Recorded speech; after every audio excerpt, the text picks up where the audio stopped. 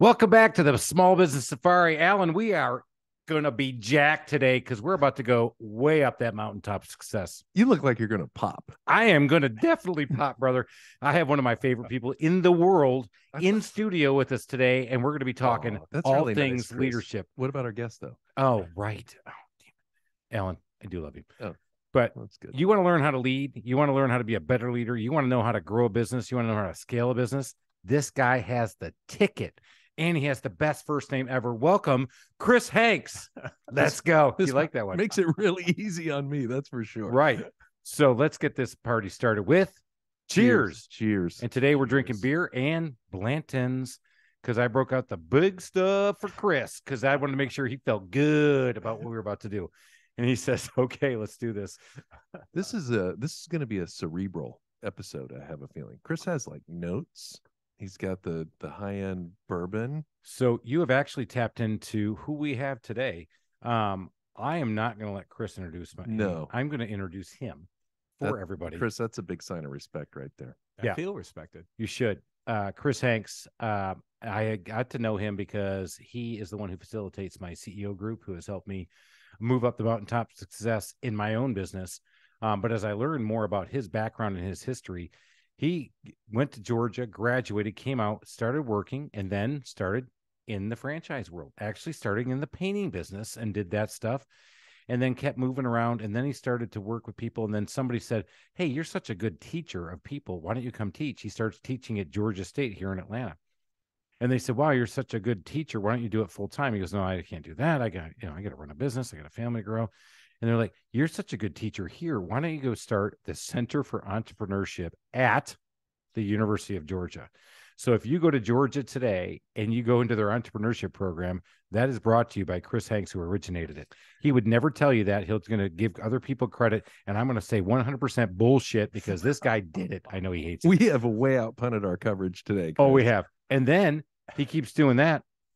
Kennesaw State, another company, another college here, university now, says, hey, you know what? Since you did that at Georgia, can you come do that here? And he was like, sure, why not? So if you go to Kennesaw State today, which has, I think, 50,000 students today, and you go into the entrepreneurship program, that's brought to you by Chris Hanks. And we have him here in podcast, a guy who not only has run businesses, started businesses, but has taught not only in one school, but 3 schools, started 2 schools, entrepreneurship programs, and now I get to bask in his knowledge every month, and you get to bask in his knowledge on this podcast. So with that welcome introduction, and I know I completely embarrassed the shit out of him, welcome to the podcast, Chris. Why is he here? You must have some dirty pictures on him. I know. You know what? I did beg him. I'm like, please come, please come. Yeah, I can't. Hey, remember that one night when no, I can't say that. Yes. Well, thank you so much. And I appreciate that making me feel awkward right from the beginning. But I really appreciate that. But, all stories of transformation always involve other people, right? Tell me a great story and a great story of success and a great story of transformation. There's always others involved. That's a good point. Go ahead, Alan. Don't you feel like you're just sitting at the feet of the master? I do once a month. I mean, he's teaching us in little parables and questions. But think about that. He's right. I mean, every transformation involves others. And when we listen to other people in the podcast and talk about, hey, how did you get into this business? It's because I really thought through it and I just believed in myself and I came up with a business plan. I did it all myself. No, it was, hey, this guy told me, hey, why don't you do this? And why don't you come do this with me? And you go, okay, let's do it. And he gets involved and then boom, and she gets involved and boom, and there they go. Yeah, absolutely. Because if you think about it, well, you mentioned the franchising, and I know you've had some guests on here who are experts in franchising, but that's really all franchising is it's like, hey, let's look at the success of others and let's copy that so that others can benefit from it, right? But hey, what are the successful people doing? Let's systematize that. And so we can grow, like people like me have done, I think students a real disservice, because, like in the classroom as a professor, if you catch a kid looking at somebody else's paper or an MBA student looking at somebody else's paper, they fail. But in entrepreneurship, if we don't look at each other's papers, we fail, right? I've got to look at what you're doing and what others are doing. Say, wow, that's interesting. How can I adapt that to my business? How can I use that to grow? We can strip years off of our learning curves if we're just looking at each other's paper. How about that one? You should have cheated more. You encourage cheating. Did you get one of those jackets with the patches on the elbow? No, I never patches. I did get a jacket and I stayed away from a pipe. But yeah, I was, but yeah, I do have a tweed jacket. No, I didn't. Right. So actually, to translate what Chris said, and everybody had to pick that one up, and I don't have to translate much, but that's the thing I had to learn the most when I got out into off the corporate world and into that wild world of small business ownership, is that people were willing to share. And if you sought out people, they would tell you the answers. Like, whoa, corporate America, we never did that. We held everything close to the vest. And back to our schooling, our school is all about, you sit there and if you look at somebody else's paper, Mr. Lalamiya, wham, you get the ruler across the knuckles. You're getting that in the hypothetically. The CEO group. Yeah. Not that you ever got spanked, right? Not with a ruler, and definitely not by a nun, and not across the knuckles.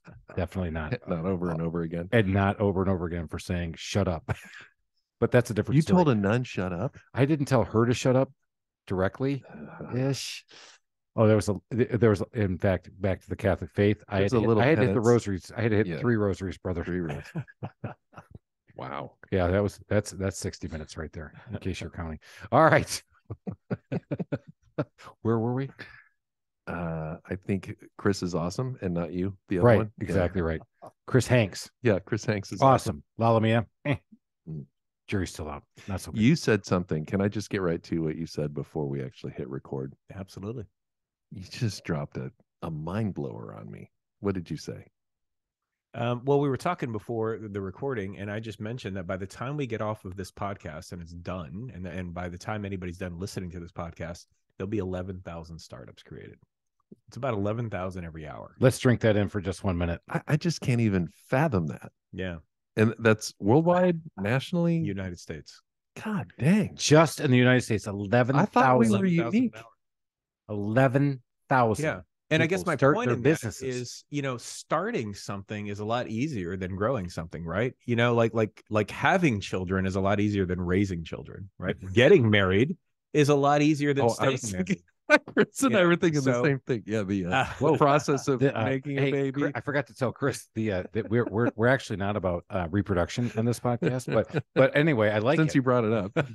but back to your point, starting something a lot easier than scaling, a lot easier, right? Because only 4% of those 11,000 per hour will ever make it above 1 million in sales. Right? It's a really hard thing. And then to get to 10 million in sales, only 0.4% will ever make it. So growing is the really hard thing. Starting, is kind of like, look, I respect it. I know it's hard to go from nothing to something, but it's a lot harder to go from something to something great. Something to something great. This, and Alan is just, I can see the wheels are turning. In fact, I think smoke's coming out of your ears right now, I'm Alan. trying to do the math. I ran out of fingers, but 11,000 an hour times 24 times 365 is what, Chris? Nope. You got me. I was doing good until there. I was at 260 to 86, and then I lost it at another 12. You'd think I could use a calculator, but you're right. That is a magnitude that is so big. There are so many people listening to this podcast going, I got an idea. You know what? Sure. I'm going to start something. 11,000, just 1 hour, just in 1 hour as you listen to this thing. I don't know if I should feel good about that or bad about that or just not anything. Yeah. Well, I think it's a good thing. And then also, and I think about when we started our business, how much harder it is now. I'm sorry, let me reverse that. How much easier it is than when we started. When we started, it was a lot harder. Why is that? Well, you think about it, like it's never in the history of the world been easier to start a business. It's in the history of the world. Has it ever been easier? Why? Think about this. I would think the opposite with all the government regulations and everything against you. But even still, think about a couple examples, then I'll go into some reasons. Like the largest hotel in the world owns no real estate. The largest hotel in the world owns no real estate. Right. And the largest retailer in the world owns no inventory. The largest taxi service in the world owns no vehicles. I mean, if you think about those kinds of things, Airbnb. Where it's mind blowing, because I never thought that would be possible when I first started my business. In it was like 97. right? Like you couldn't imagine these things. Think about access to capital. There's less gatekeepers. I mean, it's still hard for sure. It's hard, but it's never been easier to open your laptop and now all of a sudden you have access to capital that you never had in 5 or 10 years ago. Access to management teams via LinkedIn.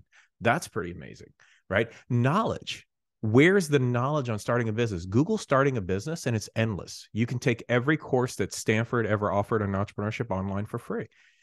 But where do you go for the answers that can't be Googled? Right? So you're listening to this podcast, and if you're like me, Safari. you go to the Small Business Safari, and that's on your Apple podcast or anywhere you listen to your podcast. But if you're like me and you're driving down the road, you're probably trying to figure out how to Google on your phone, drive down 285, going 85 miles an hour, listen to the show at the same time, going, what did he say?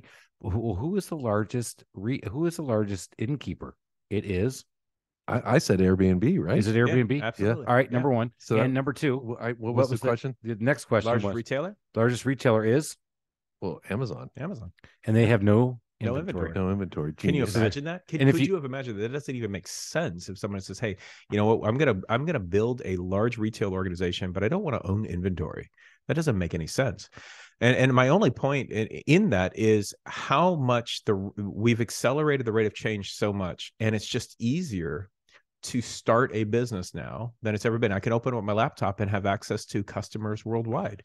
That was, you couldn't even conceive of that, back in the 90s or whatever. 90s. So I started my business in 2008. And even then, the internet was not full of how to start a business. It was hard to find anything of real relevance.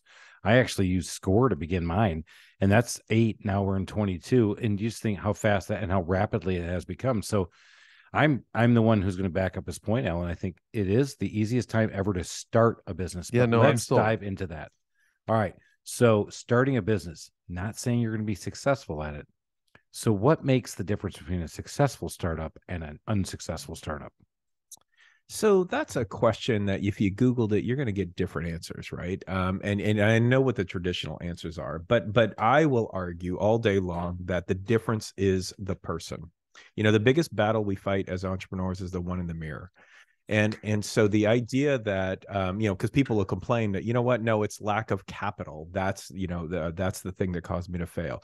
But if you can't learn to make money without money, then you probably won't make money with a lot of money. So a lot of the things is the individual, right? I really believe that one of the fundamental things that makes a successful startup is their faith. I have to believe. Doubt has killed more dreams than failure ever will. The idea that because I won't even attempt to do things I don't believe is possible.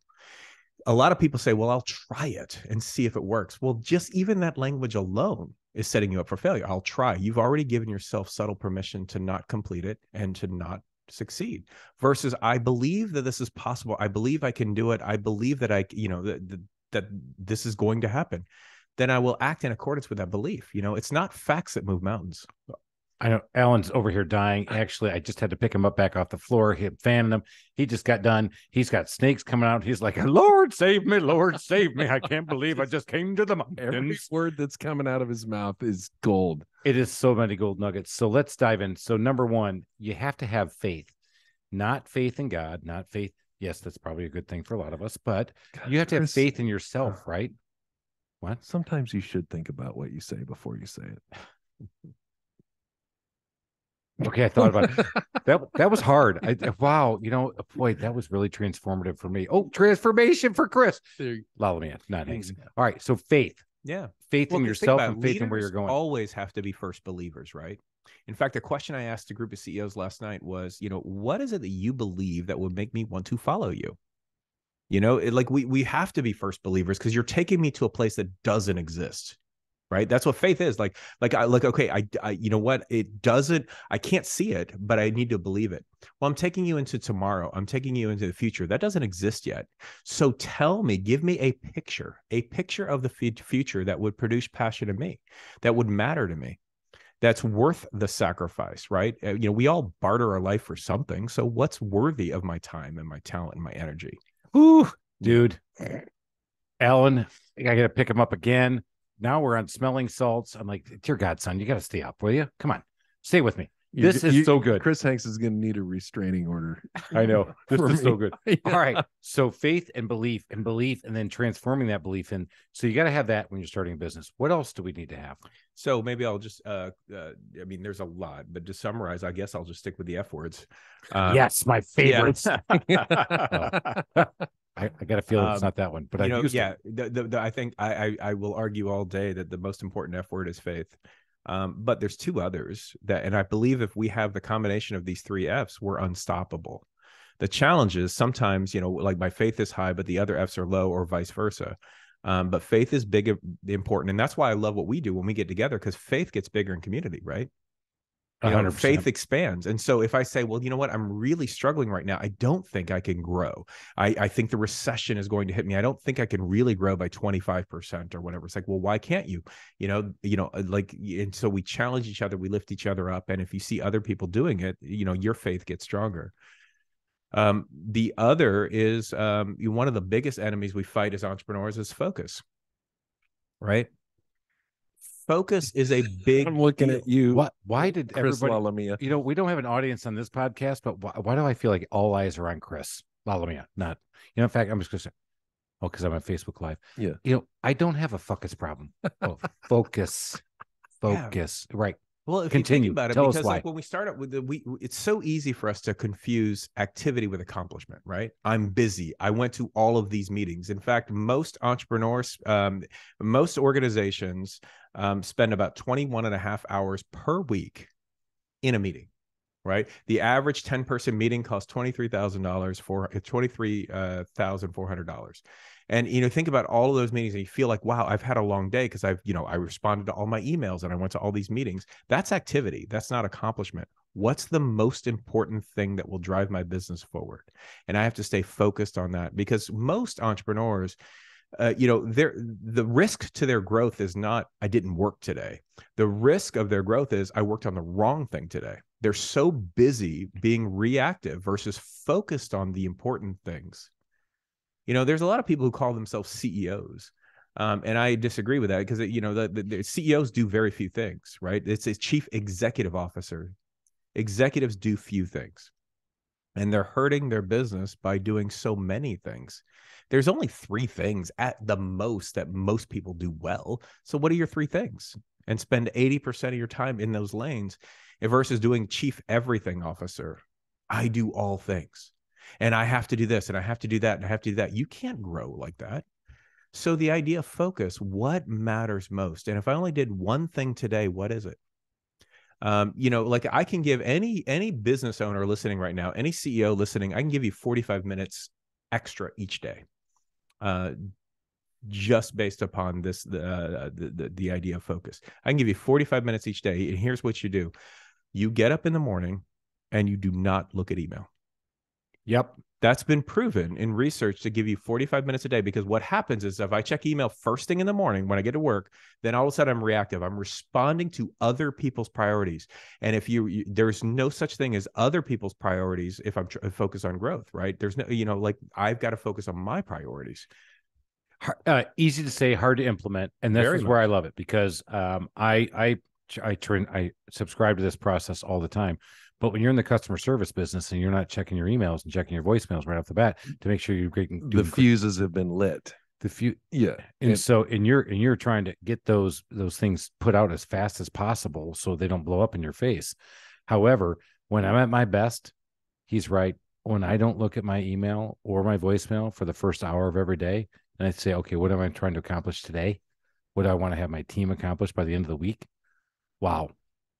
Different things happen. But it's easy to say, hard to do. And this is back to training. This is back to, you just don't fall into shape. You get into shape, and you get into shape by following habits and getting into it. So what Chris just said, and I'm going to reiterate that, focus. And I can absolutely be accused of not having focus because I am still a hummingbird. But when I'm at my best, you're right. You're in the morning and you're in the moment, and you got to do that. And so you're like, I can't do that. Yes, you can. Guess what? There are more hours in the day than you think there are there, and you got to get up early before the day starts. And then you can go out there and start fighting fires. But I'm more well equipped to fight those fires at 8 a.m. when I did this other work at 6 a.m. Yeah. And firefighters make really horrible entrepreneurs. Huh. They do. I mean, if I'm constantly fighting fires, you can't grow businesses. And that's not you. We have to spend our most valuable time doing the most valuable thing. And so if we're constantly fighting fires, we're never going to do that. And then we get burnout, like so many entrepreneurs struggle with burnout, and burnout never comes from overwork. Burnout comes from lack of impact. When I'm feeling burnt out, it's because all I've been doing is dealing with customer problems. All I've been doing is dealing with staff problems. That's being reactive, and that's fighting fires. We don't get burnout from, hey, I did something really cool today and I made this huge impact, and we're growing like crazy, and our impact is being felt, and we're contributing more to our community, and we're hiring more people. Those aren't the things that burn us out. What's the third F? Third F is fire, which I know sounds weird. And by the way, the fourth F for me will be fail, because I had the third F as a totally different word. So your third F was the same as the first two F's in your mind. Yeah, it was. It never came up. I thought there was only one. So that third F was fire, which sounds a little bit strange. So I've got to have faith, right? I have to believe, and then I see, right? And so I have to really believe. I need a picture, not a words like we're going to be premier, we're going to be successful, we're going to the next level. No, I need a picture of the future that produces passion in me, because our subconscious mind doesn't remember words, it only sees pictures. And so I need that belief, and I need it to be graphic, and I need to see it. And I need to focus on the most important thing. What's the most important thing? And that's a hard discipline, because sometimes we don't know. And that's why we need to be around other people, say, look, I think it's this. No, I think it's that. And there's a whole bunch to go along with that. And then the other is fire, right? I always like that Ralph Waldo Emerson quote that nothing great was ever achieved without flaming enthusiasm. And first Emerson quote in the history of the Small Business Safari. I have to say we've definitely elevated not only our totally outkicked our pub. We totally outkicked our coverage. And oh, by the way, in the hair club for men, he still wins. Yeah. And I just found out that one of the most attractive thing with men is to have a full head of hair. I heard that on the radio today, and I went, oh yeah, click. I went to the next station. So anyway, all right, we just quoted Emerson. No, we didn't. Oh, we didn't. Damn it. Chris Hanks did. In fact, I would never record it again. I'm gonna have to go back and listen to the podcast just so I can write it down. All right, Chris, we could ask him to say it again. Well, because that quote, I have to be on fire with enthusiasm. And I like that if we translate enthusiasm literally, it really means the spirit of God within me. The thing that is special and unique about me, I'm transferring it to you, and I'm fired up about it. I'm excited. Enthusiasm is contagious, and I need everybody to catch it. I need to make sure that everybody I'm around is inspired with the same vision. I've got to be on fire with what I'm doing and why I'm doing it. So many times we're not following people because they're not excited about where they're going. So why should I get excited about where you're going? Great cultures are felt, and I need to feel that, right? I need that fire. We are excited about what we do and why we do it. And here's why, if you're not excited, you should be. And I need to be able to translate why I'm excited, because the reasons I'm excited may be different from the people that I hire, because they don't want to work hard to make me wealthy. So, but what is exciting to them? What's okay, I can identify our mission, but what's their role in that mission? And what's at risk if we don't do it? And what do they gain if we do accomplish it? And those kinds of things get us on fire. We catch on fire and we're excited. And we need to breed that. John Maxwell says that a leader's best friend is momentum. So we have to create momentum. Well, we do that through fire.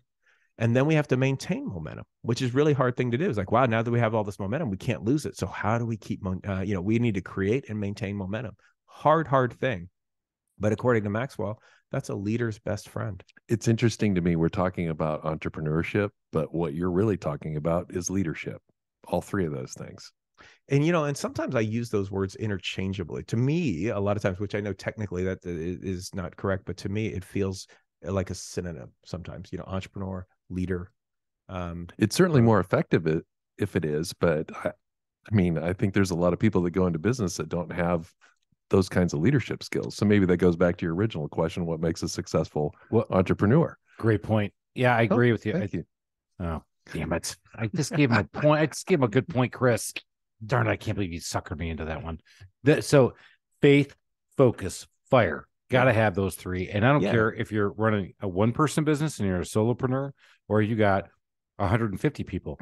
Of course, I don't have 150. I have 32, but still, you have to have that faith, focus, and fire. Yeah, but that's also one of the things, like you mentioned, it's easy. It's simple, so it's easy to talk about, really hard to implement. Just like, hey, you want to lose weight? Well, just eat less and exercise more. Well, that's really simple, but it's not simple to execute. Some days my faith is really low.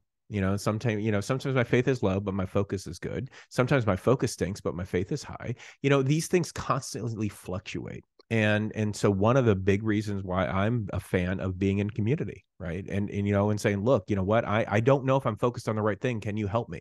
I need outside eyes on this because I have the curse of knowledge and I'm used to seeing it. Can you show me? Can you help me?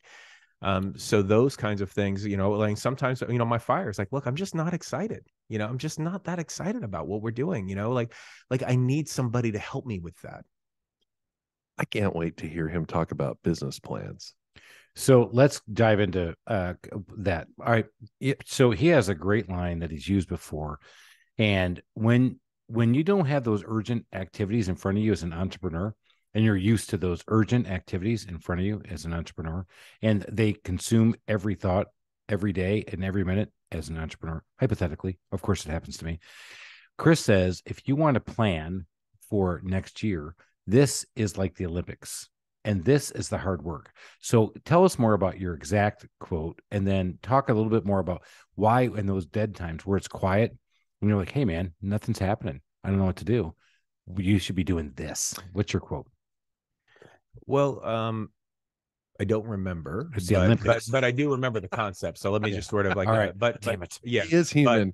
Oh hard my God. Thinking always beats hard work in this world, right? Harder thinking. And so, but like thinking is really hard. And they do say planning is the Olympics of thinking. There right? it is. Planning is the Olympics of planning thinking. is the Olympics of thinking, and thinking is hard. That's why so few people do it. It's easier for me just to do, like, I'll just react to this email. I'll just do this. I'll just do that, versus no, I am going to take my most productive time and work on the things that advance my business the most, gets me farthest the fastest. If you're like most working adults, your most productive time is between Tuesdays at 10 to 12, but everybody's different. So whatever works for you. But the idea is like, look, I'm going to block that off. I'm not doing Zoom meetings during that time. That drains my energy. I'm not going to do any kind of email response. I am going to use my most valuable time planning and thinking.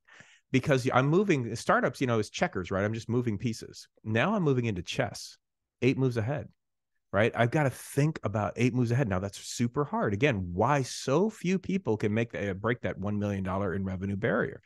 Because now we have to change our roles. I can't be the doer of the thing that I do. I have to become the owner of the thing that I do. And that's a really big transition, and it's a hard shift. It's a hard. You said hard shift. I just dropped the F on that one. So I said hard shit. It is hard, but the Olympics are the planning of thinking. I can't tell you how many times I'm coming to the end of our year and I'm starting to plan for next year. And I had a big goal for our team at the beginning of this year. And I said, we're going to get to 10 in 2 years. We're going to get to 10 million in 2 years. We're going to get to 6 million this year and get to 10 million in 23. And this year we're going to fall short of 6. But back to gap versus gain, we're probably going to be close to 5.2. So I'm close, but now I got to really double. Can I really double next year in the headwinds of recession? And that's hard. Or can I just go back and answer this email or go out there and do this bathroom estimate and just go ahead and win one a couple, or do this, or go in the back and help a guy load a tree or load a window up into his trailer to take off that day. And I went, I'm going to go load that window because I got a lot of hard work to do, because I've got to go back and I've got to sit there and plan, because my team needs to believe in what I'm going to show them, because we're going to try to double next year. And that's going to be hard work. It's going to be hard. And going back to the faith issue, right? You're saying, okay, we're going into a recession. I don't think it's going to be easy to grow. Well, already that's a faith issue. That's not a real issue. That's a faith issue, right? Versus, you know what? I am somebody's miracle. I am going into somebody's home and I'm making it more beautiful. And I am going to make that husband look good in front of his wife because he can't do it, or whatever it is. So you know what? And how many of those customers do I need to attract for me to grow? It's not that many. There are enough people, recession or not, there's enough of those people out there. Now, both are different belief systems, right? But which one is more impactful to your business? And you say, oh, look, the recession or not, we are growing, right? In fact, I'm not even going to, I've been experimenting with this thought, but the idea of we're not even going to grow 20% this year or 10% this year. We're going to grow 1% per month. I'm going to find 1% either in revenue growth or expense reduction, but we're going to grow 1% on the EBITDA. And if I do that, you're not growing 12% a year. You're growing more like 25% a year because it compounds and it accelerates. So what if I just focus on 1% per month? How empowering is that? We will grow 1% a month. Recession? What do you mean? We're just going to grow 1% a month, dude. It's fine. Recession or no recession, we're growing 1% a month. This is the podcast you're going to go back and listen to at least twice. Because if you're not slowing this sucker down, you are missing out on so many gold nuggets. You do listen to your podcasts at like 2 times speed, don't you? I do. Yeah, not this one. Not this one. Not this one. It's slowing way down. Yeah. We had one lady on the episode, and I tried to listen to it 1.5 speed is what I do. And I was like, she talks faster than me. And I even had to slow that down just to make sure that everything was going all right. So I want to back up further though. Go. So planning is the Olympics of thinking, which you said all 3 of them backwards last time, by the way. I just want to point out. But let's go back even further, because a lot of our target audience here, our listeners, are people who are in the corporate world who are thinking about leaving and starting their own business. So let's talk about that thinking and planning, that business plan, that first one. How important is it? What are people focusing on that they shouldn't be focusing on, and vice versa? So, the only antidote that I've ever found for fear is faith. I need to believe in something or someone that's bigger than my fear. And so if I'm in corporate America and I'm so afraid to leave my job because what if I don't get paid? What if I can't support my family? What if I lose money? You need that, and that is a very valid fear. And we can never really get rid of our fears, but we only do things when faith exceeds fear, right? We'll jump off the high dive. We're afraid, but we have enough faith that, I'll be okay at the end when I first make that jump off the high dive. So a plan helps me have more faith than fear. It's like, okay, why would I not make more money? Let me put it pen to paper. Let me create a marketing system that generates a consistency of revenue. Let me develop an operation model that actually delivers the promise we're making to customers and does so in a systemized, pretty predictable process, because a good system will make a bad leader into a decent one. So that's okay. So a plan helps me with that. So I need to plan this out and start thinking it through. And it can really help people. Says, okay, why would you not make more money? You're taking more risk by not taking any, right? You have one source of income by working for corporate America that you don't even control. And you're arguing that that's less risk versus, going out on my own, I have many sources of income. In fact, in your business, Chris, I would argue everybody who owns a home, in these certain neighborhoods, that's your potential money for you. Exactly right. Now, who's it controlled by? Well, it's controlled by you. You're in control whether or not you go get that money or not. Now, I know it's hard. No, there's no question. In fact, being an entrepreneur is the hardest job in business. It's the hardest job in business. But I'm actually glad that it's hard, because it keeps all those wantrepreneurs on the sideline. The wantrepreneurs. Get in the game, baby. Get in the game. Get in here. Jump in. You'll be one of the 11,000 need to get out of the game. Oh, that's right. Damn it. I'm sorry. That's right. Because I don't want them to fail, though. Chris, you said something early that I want to reiterate, because I've been on another podcast and people ask me, why did you have the guts to make the jump? I said I was more afraid of being 60 years old and not having taken that chance. Yeah. Than being 60 years old and having all the trappings of life, wondering if I ever could have. Absolutely. I did it. I read this in a quote in a book a long, long time ago. It says, it's the definition of hell. What's the definition of hell?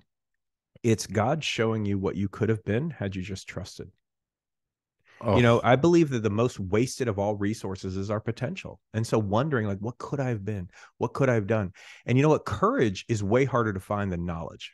I can Google knowledge, what makes a successful startup, how to do a business plan. I can Google all of that, but courage is way harder to find. And really, I'm afraid. That's what's holding you back. It's not your lack of knowledge, because I can Google that. You know, and for the questions I can't Google, you can get in community with other successful, driven entrepreneurs. But the idea that courage, I'm afraid. But courage is not the absence of fear. Courage is feeling the fear, but doing it anyway. You know, like you know what? Yes, I'm still afraid, but I'm freaking doing this because we have to my pause life's too for a minute important. because I got Alan's had a moment. He has to leave the room for a second. I'm bowing and lighting candles right now. Because Chris, he just said so many lines. You're gonna want to go back and listen to this episode so many times. God. I have actually, my hairs are raising on my arms. I am ready to go out there and knock down everybody's houses so I can rebuild it for them. I mean, I'm going out there to sell more. But you talk about that it's still hard, but we were still going back to courage and faith is good, but a plan helps you achieve with that. So you're going through your plan and talking about that. Talk a little bit more about not the detailed components of the business plan, because people can go out there and find it all out. But what do you think the best outcome of a business plan is? And then when do you say, boom, I've got it? Because you can polish the turd forever. And that was the thing I was afraid of too. So what are the components? How far do you think you got to get? What feels like a paper that you say, okay, I can jump off and all right, I'm going to jump to do this thing now. So I don't want to sound redundant, because my first gut reaction to that was the redundant answer of like, when it makes me believe that it's more possible, like there's more risk in me not doing it than risk of me doing it. You know what I mean? Like here's a plan. Here's a plan for my life. And, and here's a plan for me doing something that matters versus doing something that doesn't. And you know what? I believe that it's possible because I've looked at the revenue possibilities. I've looked at my expenses. I've looked at, like what's possible. And so now I'm starting to believe, and now I'm ready to go, because the idea, if I'm going to plan everything out, you know what they say, with a battle plan, as soon as the first shot is fired in combat, battle plans are useless, completely irrelevant, right? The first shot has been fired, but that doesn't negate the importance of battle planning. So in the same way, like, look, there's no way I can plan out every aspect of my business and it's going to go according to plan. But by going through the mental exercise of understanding a marketing system that generates consistency of revenue, understanding operations and what that will take, understanding financials and what is really the financial statements telling me, and what's the story. I don't need to be an accountant and I don't need to understand everything. What's the story that it's telling me? And a plan will help me understand those mechanics. And then my belief in what I'm doing and will rise. And then that will get me the courage to jump off that high dive because the water is fine. I love that. Go ahead, Ellen, because I want to play a little devil's advocate here. Right, I'm going to be the kid in your class raising the hand, because entrepreneurs, in my opinion, a true entrepreneur is almost fatally optimistic. Yes. And so you're telling me that when your business plan is to the point where your faith outweighs your fear, launch. But there are some people who just totally believe in themselves, who've got a horrible plan, and then they crater and dumpster fire and supernova. So there's got to be some sort of a balance, because there are a lot of people who have very, very inflated egos. Very true. And they don't listen to other people saying, hey, maybe that's not the best idea. So talk about that a little bit. Yeah, because you're right. Entrepreneurs by their nature tend to be more optimistic than the average person. And that makes sense, right? Because nobody says, hey, you know what? I think I'll start this business. It's going to totally fail though. Like nobody says that. No. So you're right. A lot of people who go, who finally, take that jump, they tend to be a little bit more optimistic than average, right? And you're right. The inflated egos, absolutely. Well, that won't happen to me. I know the odds are against me. It's like but marriage. I can do it. It's like marriage. Absolutely. Nobody goes into a marriage thinking, well, right? I got a 50-50 shot at this. Yeah. Here in the Southeast, the small business failure rates are actually less than divorce rates. Wow. And so, and that's true, but nobody says that. Like when somebody says, you laughed really hard. When, and I know people will Google stuff, but anyway, there's a long-winded way I could support that, because I know to some people they may wince, so they go, wait, I don't know if that's exactly true. It is true, but it would take a little bit too long, too nerdy to explain. But my point in bringing that up is when somebody says, I'm getting engaged, we tend to celebrate that. We don't go, oh my gosh, you're taking such a huge risk. Are you kidding me? Right. Have you really thought about this? Like if I work for a corporate America and I says, I'm thinking about starting my business, that's what people say. Is it risky? Well, possibly, but what's the risk of you going through your entire life with untested potential, right? Yep. The risk of you going through your entire life, never knowing what it's like to go to bed, fulfilled and wake up inspired, like when you think about that, same with getting married, like, or me, the biggest risk I've ever taken was having children. If something happened to my 2 children, I'd never be the same person again. But that, like, would I allow that risk to keep me from experiencing the joy of being a parent? So cool. All right. My last thing the tall, skinny kid raised his hand. So the fat other kid's going to raise his hand and say in the class, the other thing I would tell everybody, take your business plan. You're optimistic, have that optimism, believe in that optimism, go ahead, believe it and just die on that hill with it. But I just want you to do one litmus test. I want you to have your revenue projections over your first 3 years, and I want you to double your expenses, and then tell me, yes, I can do it, and I'm still going to go kill it. Good one. Then go. I'm giving you a good one on that one. All right. Hey, I'm back up even. Hey, thank you. All right. Out of the hole. So do that. All right, Chris. So going back to, because gosh, there's just so many things we can talk about with you. Oh, it's so cool. All right. Now, so we're off and we're starting, and we're running the business, and we're trying to scale our business. And we talked about faith, focus, fire. But when you're in the beginning, it's probably just you, unless you acquired a business. Right. So, and then you're starting to bring people on, and then the group continues, and hopefully things start to work the right way. What are some of the most important things you need to do those first 3, 6, 9 months? Wow. Well, a couple of conceptual things I think that will help sort of, lay the foundation here. We assume that growth is automatic, and that is a faulty assumption.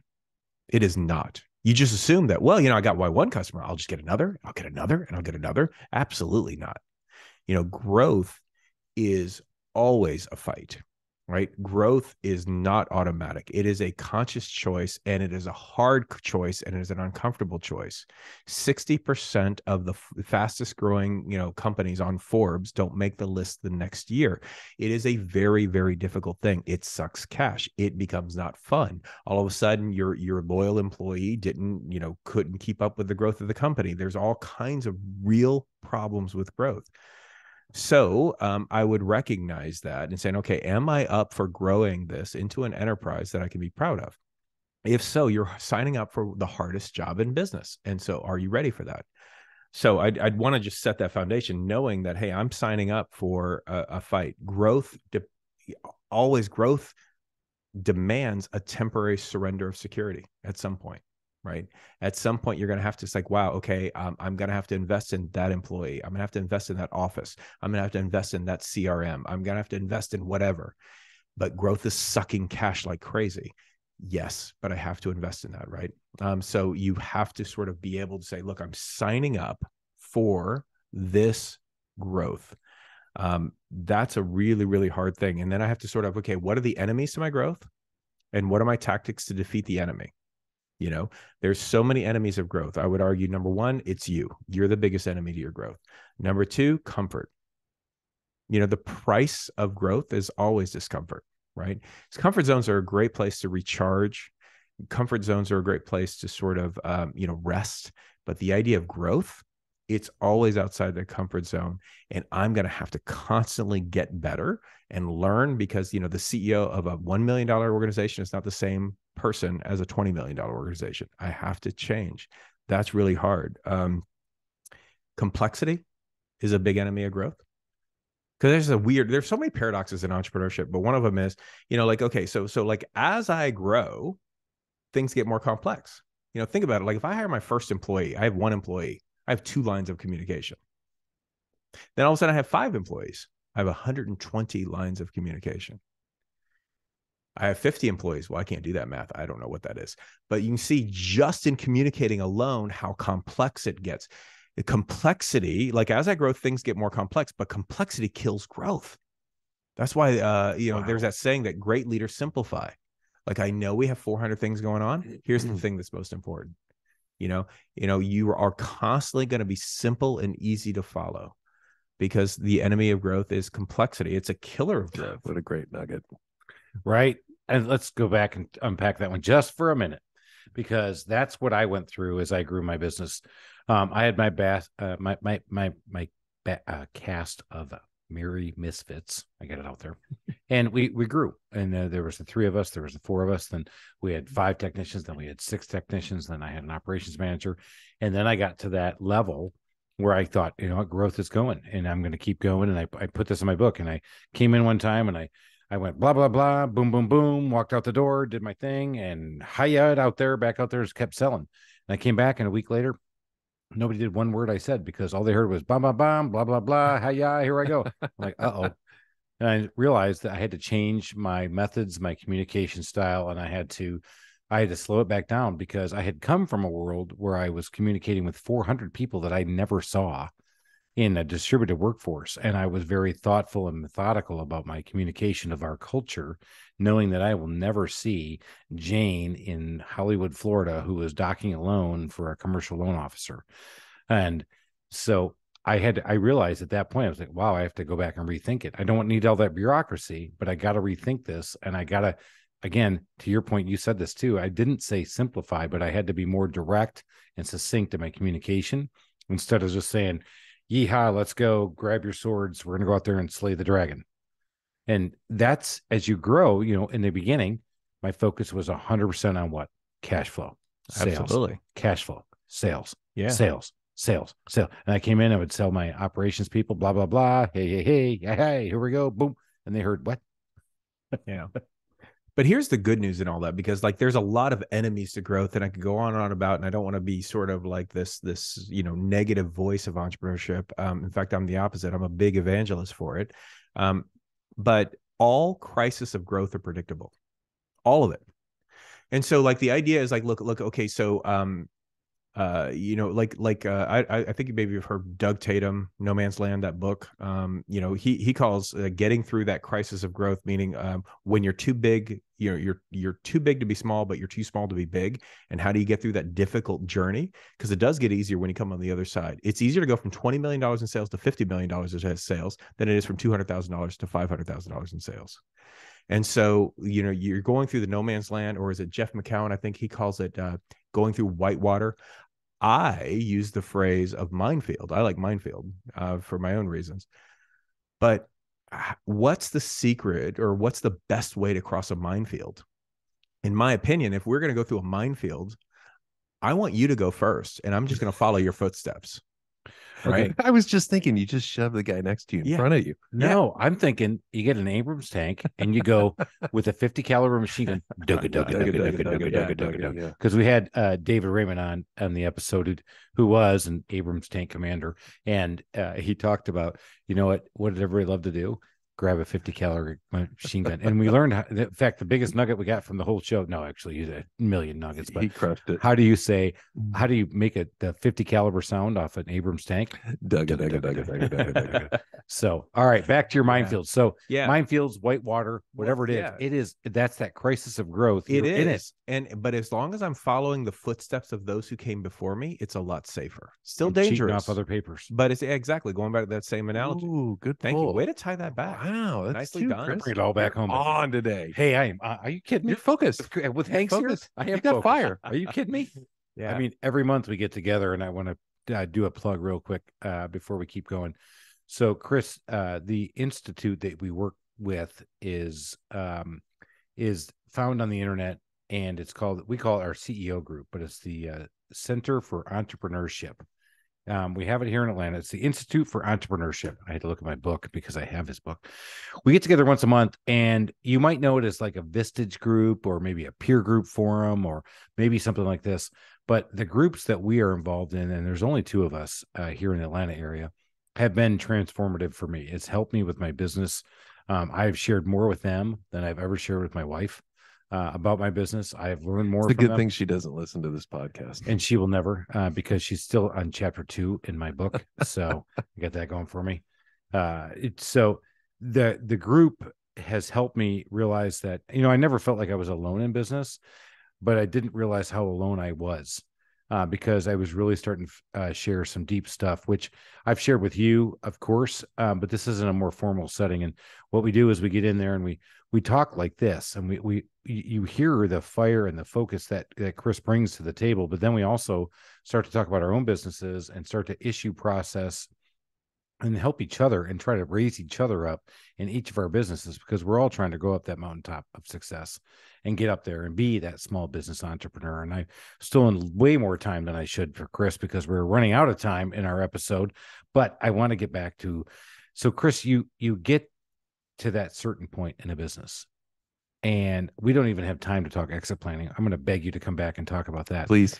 But you get to that point in a business where you think, okay, I'm in that inflection point. I'm in the whitewater. How do you get out of it? How do you move to the next level? Well, because here's the simple way to sort of describe it. You know, when you're doing a startup, it's how you're wired, right? Like, I'm a good salesperson. I'm going to go out and sell. I'm good at fixing stuff. I'm going to go fix stuff.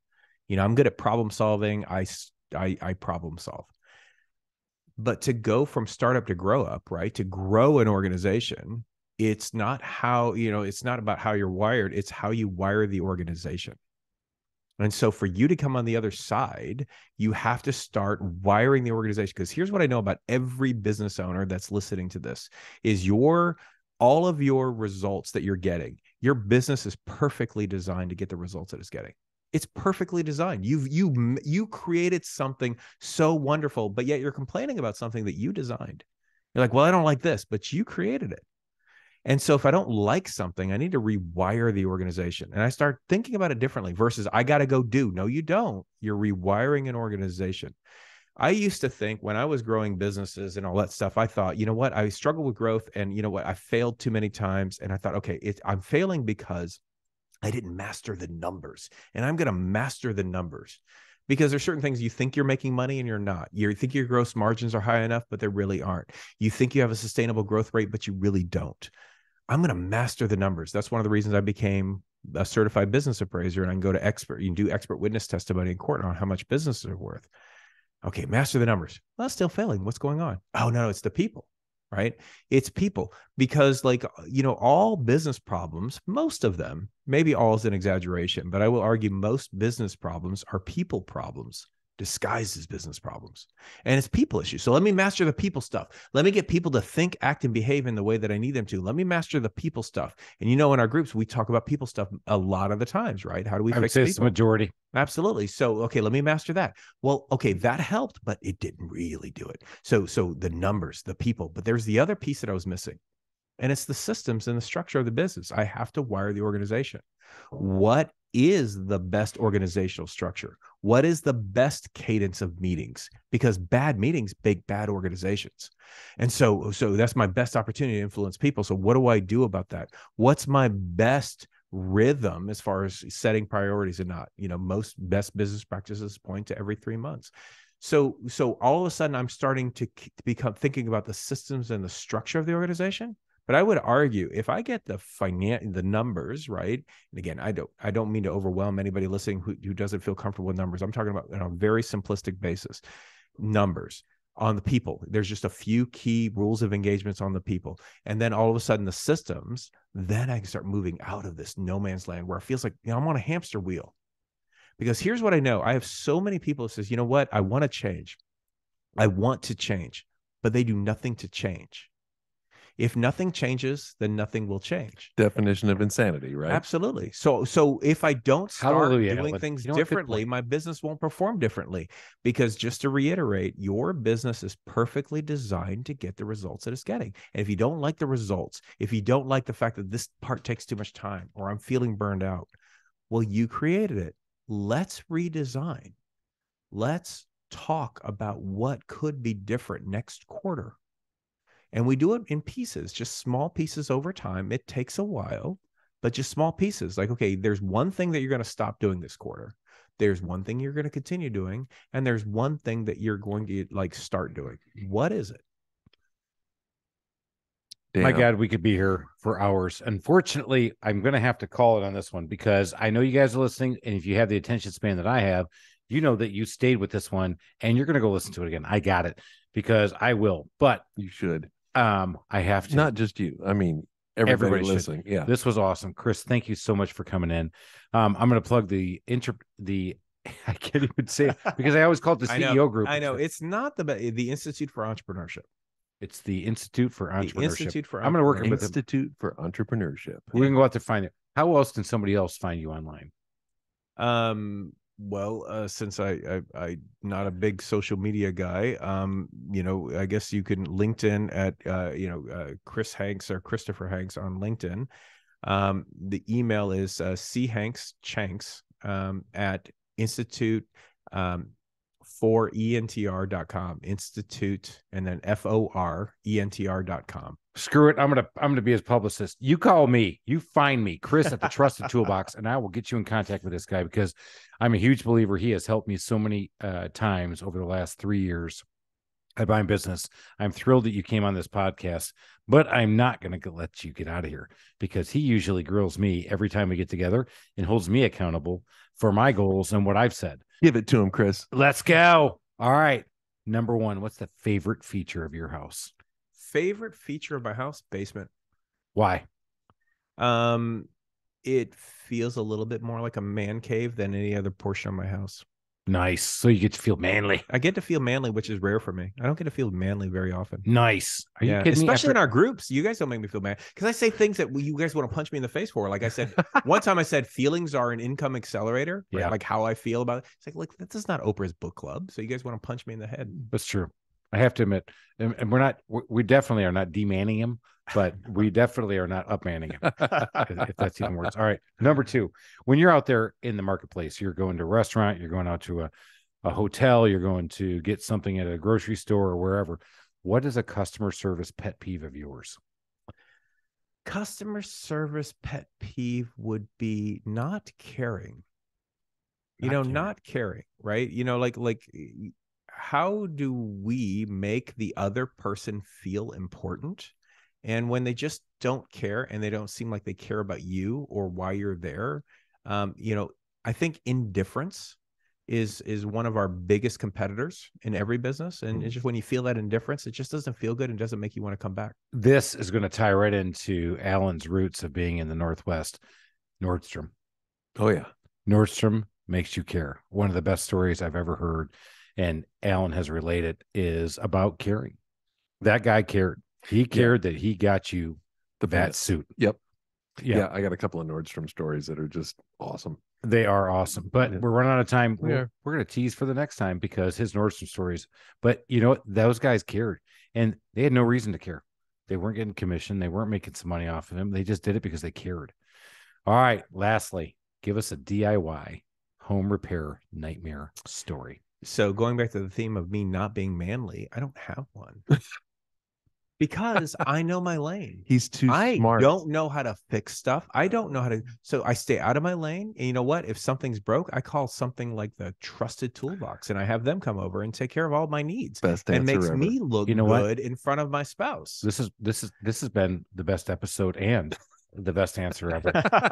And I love gracious kissing up and pandering to the host because that worked best. Yeah. Hey, everybody. I know you love this episode. I love this episode. Keep listening. Go out there, follow, rate, review. Give us a follow, man. Tell your friends. And if you didn't like it, don't tell anybody. But go out there and evangelize. Tell everybody how great it is to go up that mountaintop of success. Go out there, run your own business, and make it happen. We got to go. Cheers, everybody. We out of here.